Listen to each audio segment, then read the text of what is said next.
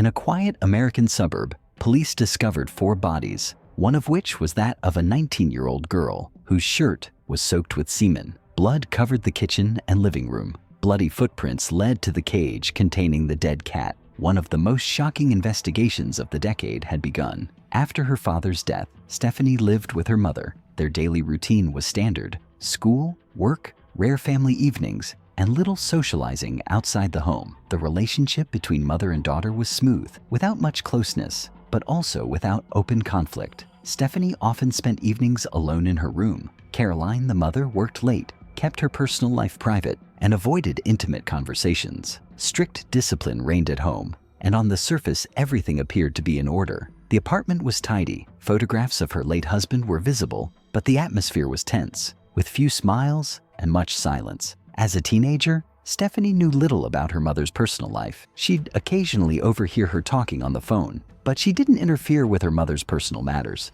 Over time, her daughter grew accustomed to isolation and loneliness, but she waited for change, feeling a lack of attention and warmth. The turning point came when Carolyn met her future husband. He quickly appeared in their home, tall, youthful, well-groomed, and ostentatiously confident. His attention to Carolyn was noticeable. He often brought her flowers, cooked dinners, joked, and was active in her daily life. Within the first week, Stephanie noticed a significant change in her mother. She began smiling more, wearing different clothes, and staying out late in the evenings with her new man. The stepfather's presence immediately changed the atmosphere. Music and lively conversations filled the house. Her mother began cooking dinners for 3, asking her daughter's opinion more often, but devoting increasingly more time to her guest. Stephanie felt detached, but she observed the adults, involuntarily comparing herself to her mother. The first weeks after her stepfather's arrival were a time of observation and internal struggle for Stephanie. The new man immediately caught her attention. He was charming, well-groomed, and confident. Unlike the men around him, she noticed how her mother changed around him and how the atmosphere in the house itself changed. A sense of novelty and sexual tension emerged. Stephanie occasionally stumbled across intimate hints. She could overhear their conversations through the door, noticed her stepfather putting his arm around her mother or whispering in her ear. The atmosphere was charged with a new feeling, interest, and even envy. She increasingly thought about growing up, compared herself to her mother, and found herself wishing she too could be the center of male attention. During these months, Stephanie's feelings of loneliness and inner tension increased. She often thought about her appearance, began to spend more time looking in the mirror, and chose her clothes more carefully. Her relationship with her stepfather was ambivalent. On the one hand, he distracted her mother, but on the other, he himself became an object of her attention. Gradually, a new balance of power emerged in the family. The mother pursued a relationship with a man, while the daughter watched from the sidelines, internally experiencing and comparing herself to her mother. There were no conflicts, but the closeness between the women in the family diminished even further. Carolyn became increasingly distant, consumed by her new romance. It was this transitional period when a new man entered the household that became the starting point for the internal changes that led to disaster. The sense of unspoken desires and hidden tension grew with each passing day, laying the groundwork for the tragic events that followed. The arrival of a new man in the house marked the beginning of rapid changes for the family. Her stepfather, 34-year-old Michael, stood out from the start. He was noticeably younger than her previous husband, took good care of himself, wore modern clothes, and joked frequently. Within the first week of their meeting, he began staying overnight and soon moved in permanently. Michael quickly assumed a central role in the family's daily life. He reorganized the family's routine. He went grocery shopping himself, organized shared lunches and dinners, and suggested redesigning the living room. Stephanie saw her mother begin to rely completely on the new man. He took on minor household chores, actively participated in planning weekends, and suggested new activities for the 3 of them. Carolyn seemed more relaxed and content. For Stephanie, the changes were mixed. On the one hand, the house became less quiet, more active and conversational. On the other, her stepfather often attracted her mother's attention, initiating personal conversations, and would sit with her late into the night in the kitchen, sometimes closing the door. Stephanie felt left out on these evenings and increasingly stayed in her room. She noticed that Carolyn was completely absorbed by her new husband. Her mother became less interested in her daughter's affairs, more concerned with her own appearance, experimenting with makeup and clothing. The atmosphere at home shifted. The couple, not the family, was now the center of life. From the very beginning, Michael was polite but distant toward Stephanie. He never argued and avoided confrontation, but he would occasionally linger a little longer than usual, which didn't escape her notice. Several times she accidentally caught him staring at her while leaving the bathroom or changing in her room with the door ajar. Carolyn and Michael's intimate life became the subject of Stephanie's involuntary observation. She heard their muffled voices and laughter through the wall at night,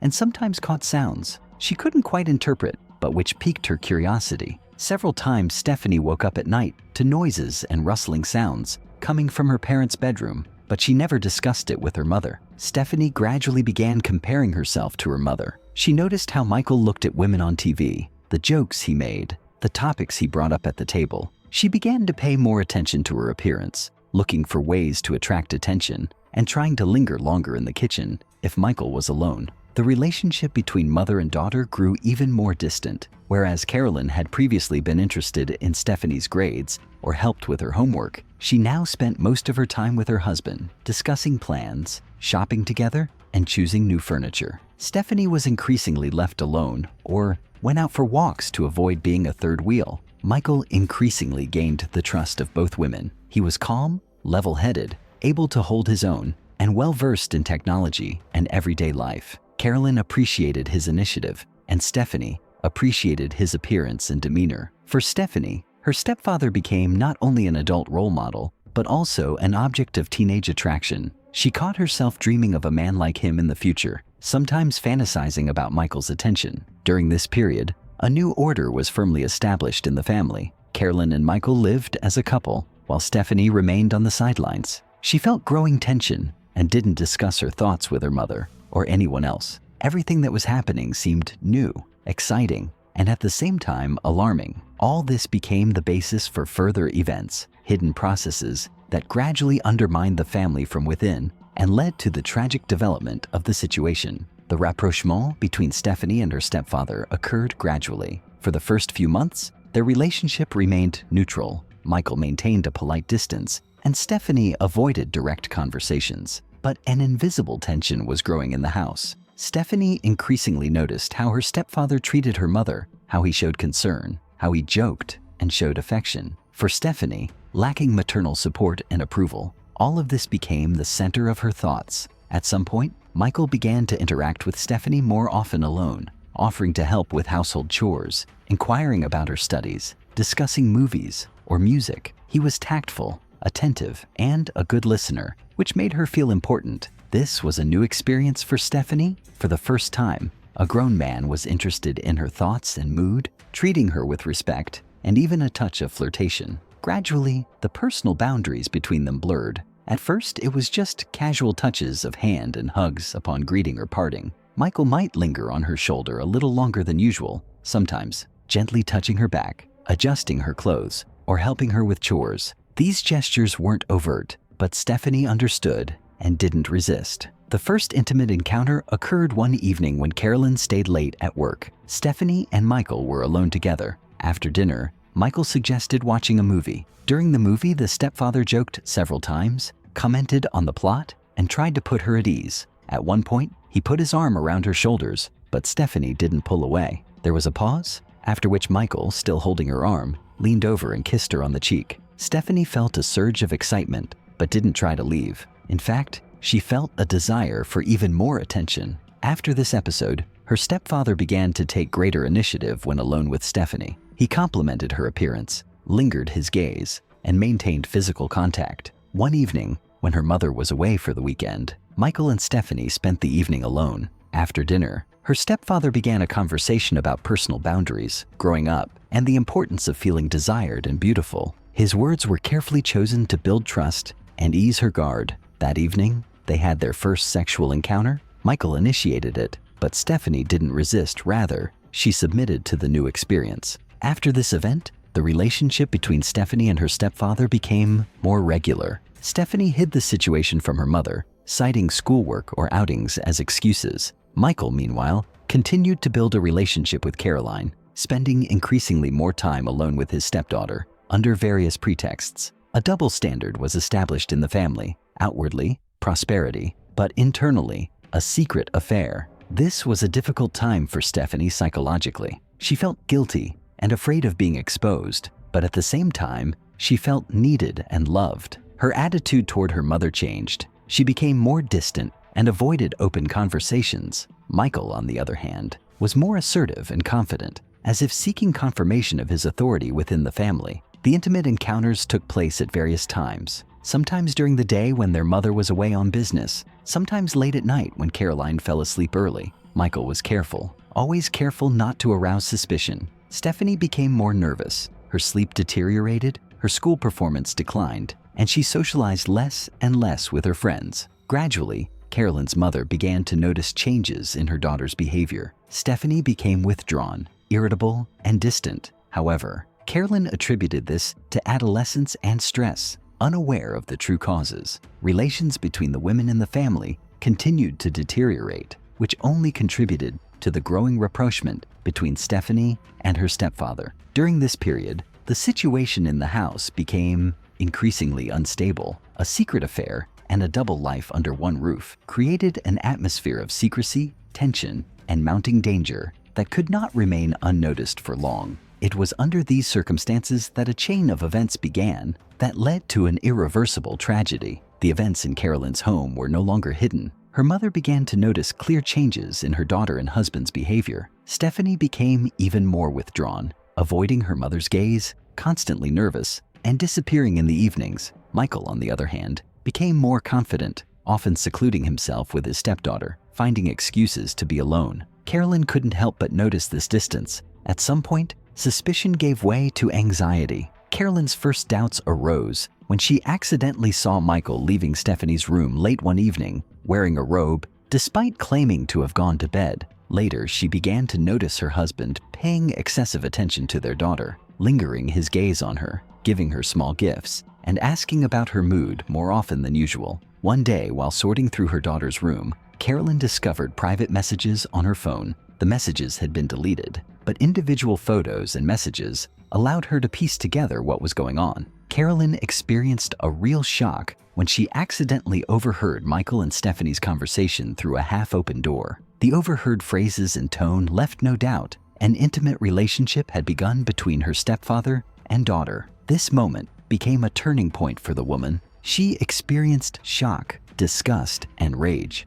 That evening, in a state of shock, Carolyn went out into the yard where she encountered her neighbor, Thomas Green. He noticed her distress and attempted to strike up a conversation. Carolyn suddenly attacked him with a kitchen knife, fatally injuring him. Experts would later conclude that Carolyn's actions at that moment were not planned, but rather an uncontrollable outburst of rage. Immediately after the attack on her neighbor, Carolyn ran into his house where she found his cat, an animal to which he was particularly attached. Unable to control herself, the woman strangled the cat. During interrogation, she admitted that she wanted to inflict maximum pain on her neighbor, and even after his death, she couldn't stop. Returning home, Carolyn tried to talk to Michael. A verbal altercation quickly escalated into an open fight. Michael tried to justify himself, professing his love for her, but Carolyn could no longer contain herself. Enraged, she attacked her husband with the same knife she had used to kill her neighbor. Michael suffered several wounds and attempted to resist, but was killed instantly. Stephanie witnessed the confrontation but was too shocked to intervene or flee. Stephanie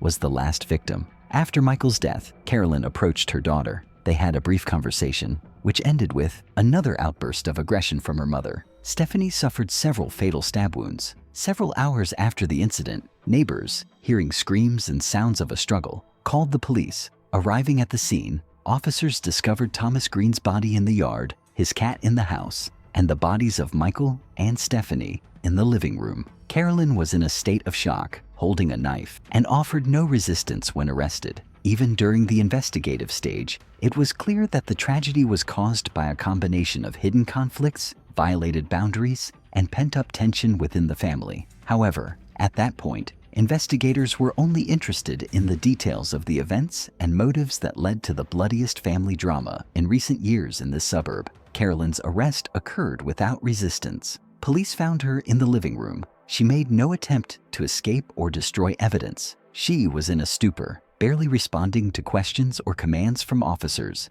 The arriving paramedics merely declared all the victims dead at the scene. Neighbors who rushed to the house were shocked by what was happening. A normally peaceful neighborhood had become the epicenter of a brutal crime overnight. In the first hours after her arrest, Carolyn barely spoke. She was taken to the station, where she underwent a medical examination and a psychiatric evaluation. Police took detailed notes of the crime scene, signs of a struggle in the living room, bloodstains on the floor and furniture, a knife lying next to Carolyn's body, and scattered personal belongings. All doors and windows were locked from the inside, confirming that no outsiders were involved in the crime. A thorough investigation was launched. Police questioned neighbors who reported loud screams, suspicious sounds, and a dispute in the house on the night of the tragedy. They focused on analyzing text messages and phone calls between family members, as well as conducting a technical examination of their devices. Experts recovered deleted messages from Stephanie and Michael's phones,